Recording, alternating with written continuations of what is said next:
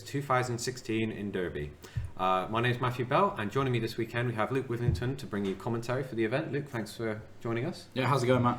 Not too bad. Really sorry about the delay. We had this is the largest UK nationals that we've ever run, and I've been going to a fair few of these, and we're at 530 players this weekend, so it took a little bit longer to register everyone. So we're looking forward to a lot of great matches this weekend to see who will be the next UK champion. This tournament's obviously a lot of national pride, being from England myself, and actually playing in this tournament a long time ago, I believe.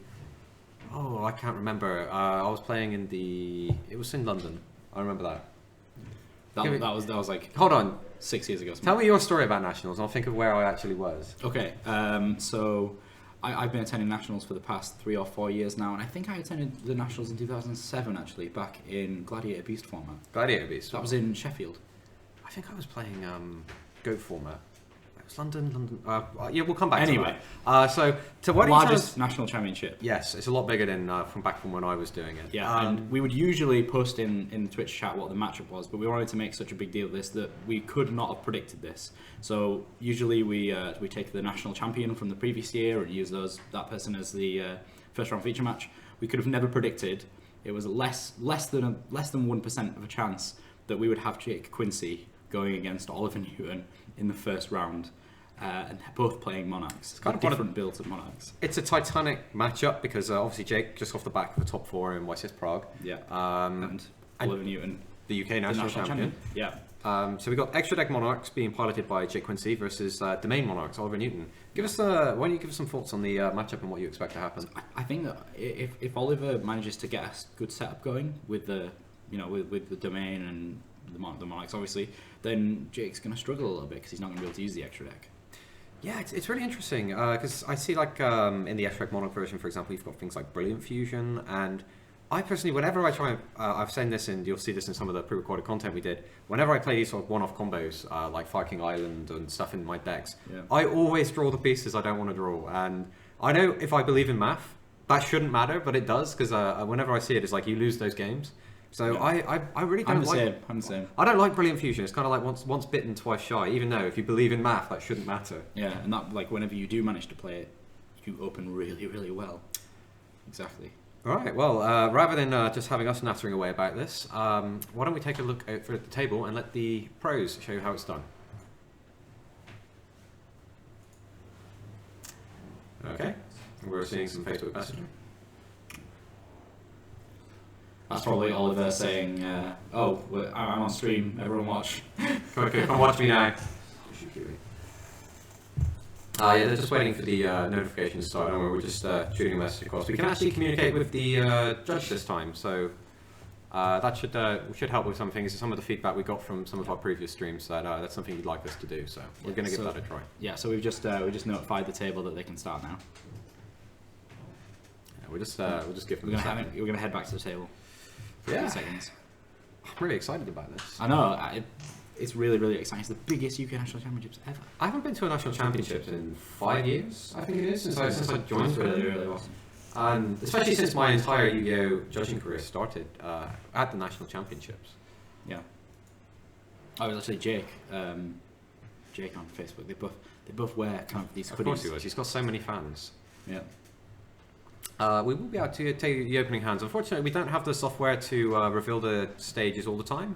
We did have a smaller budget for this event, but we're doing the very low-tech option of collecting photographs of the opening hands, so we can actually take a look. Oliver has opened with Ether, Return of the Monarchs, Pantheism, Erebus, and an Eidos as well. Okay, that's not a terrible start, is it? It's not too bad. Not too bad. He's gonna have to use Pantheism to go and search for, search for something. Yeah. To start off. Yeah. We'll see who gets the first turn. Who does the first turn favour in this matchup? Because Jake's actually taking the Domain build. Probably wants to go first, right, to set up the field spell. Yeah. Obviously, people in chat are saying, obviously Luke should read Domain about the fact that he can get around it by having a tribute summoned monster. Still, it's a bit of an issue. Yeah, that's true. That's also something that gets overlooked quite a lot in matches because the tribute summon mechanic is so archaic compared to usual Yu-Gi-Oh that people generally forget about it, and they just don't consider that their deck's doing it. Yeah, and actually, Jake opens a very, very similar hand. He's got Idea instead of Eidos, and Tenacity instead of Pantheism. Okay. So let's just see how it goes here. So Jake's gone first. He managed to resolve Idea and got Eidos, so Eidos activated his effect, so he can have another tribute summon this turn.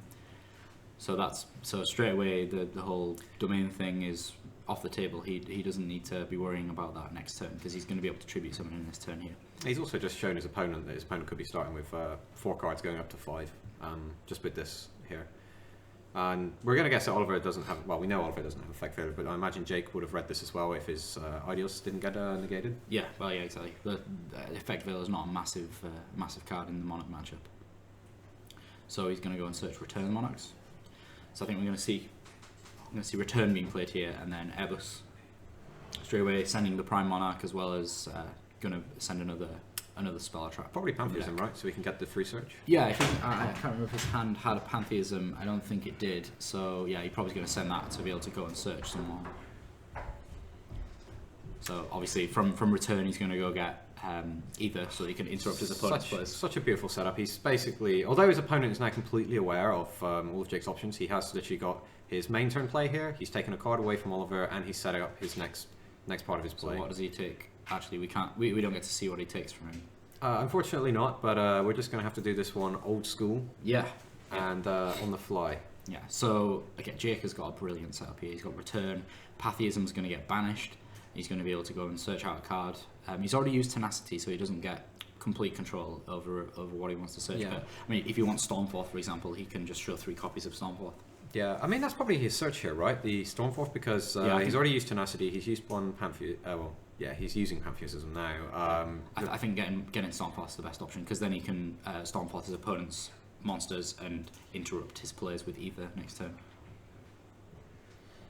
So looking at Oliver's opening hand, is he now? How's his hand look? I suppose it kind of depends on what he lost. If he lost either of the spell cards, I think he's in a bad position. Yeah, because his hand is dead. If he's lost either of those spell cards and doesn't draw onto it, because he's not got a single tribute monster. Well, he has. He's just got no way of actually getting them on the field. He's only got. Sorry. When I mean like he's not got a monster that you can summon with a single tribute. He needs double tributes to summon. Oh, really interesting. Jake's tech there.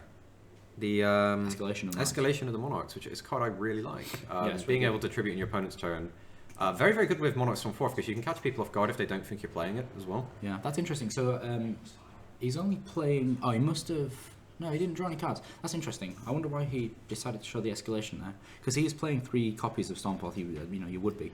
So that's interesting why he decided to put escalation there. Maybe he's doing it to get a read on what his opponent actually has. Because he's showing his opponent an option that he clearly doesn't want him to have. And neither of these options are good for Oliver. So Oliver's got to pick the least bad of a bad situation. And then Jake makes the read from there. Yeah. So obviously Jake's able to use Eidos' effect to summon Idea from the graveyard, ready to recycle those spells and traps that are in Jake's banish pile. So we see him probably set escalation and whatever else he had in his hand. I can't remember what else he had. Oh, he's played all of his opening hand. Yeah, he has. So we don't know what other sets are down there. So Oliver must have drawn into that Idea because he didn't have that. That's actually really, really good for him. That's excellent. The question is, does Jake go to drop the Ether and then go Kuraz? Or no, that's kind of bad, right? No, I think he's going to wait. I think he's probably going to wait. So regardless, Idea is going to have to go to the graveyard here. I think getting it in the graveyard before Oliver manages to get advantage from it is maybe a better idea, but I think Jake's going to just wait it out and see if he can destroy some of Oliver's more powerful monsters and try and maintain board control. Yeah, Jake's also got the XE plan sort of hidden in the backgrounds there, and he's already got the Prime Monarch live with a couple of options in the graveyard. Yeah. He's also got the search engine for the Return of the Monarch, so the longer this game's on at the moment, it's favouring Jake. So definitely, yeah, because he's got Return. He can just keep searching for the really valuable pieces of his deck. And he's like giant beings that just throw rocks at your opponent's face. Yeah.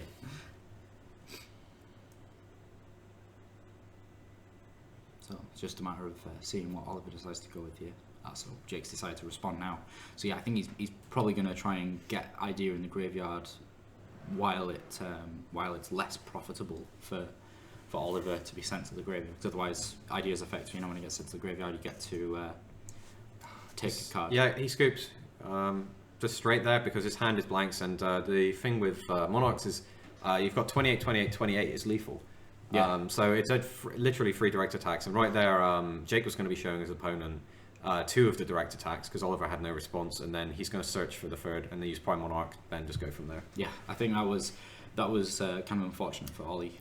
I think actually just losing the dice roll was the biggest part for him there, because he in honesty, yeah. very clearly lost one of the spell cards, so he had no access to his Pantheism. He did draw the next best thing, but Jake was just so far set up, like... Yeah. Escalation as well as... He must have had Stormforth in his hand then. We didn't get to see that bit. So he shows his opponent 2 Stormforth and the Escalation. His opponent's never going to willingly give you a Stormforth. Yeah, so exactly. he gets the Escalation and he already has the Monarchs. Yeah. Very clever of Jake. Yeah. Yeah, but it's one of those things where you could have cleverly thought, oh well, he must already have Stormforth, but that might again just be tactics by Jake there. So looking at these side decks, what do you think is going to come in the Monarch mirror here? So let's have a look. So I think stuff like Majesty's Fiend might be useful for Oliver to put in to try and stop some of the. See, I always question that because of Stormforth. Majesty's Fiend, it's like. It's so good against the little miniature ones, the Eidos and Eidos. Yeah, Eidos and Idea. Eidos and Idea. But against actual bigger monarchs, it's for starters, it's smaller than the mega monarchs. Yeah, well, I don't know. In all honesty, they don't have much. I think it's quite balanced.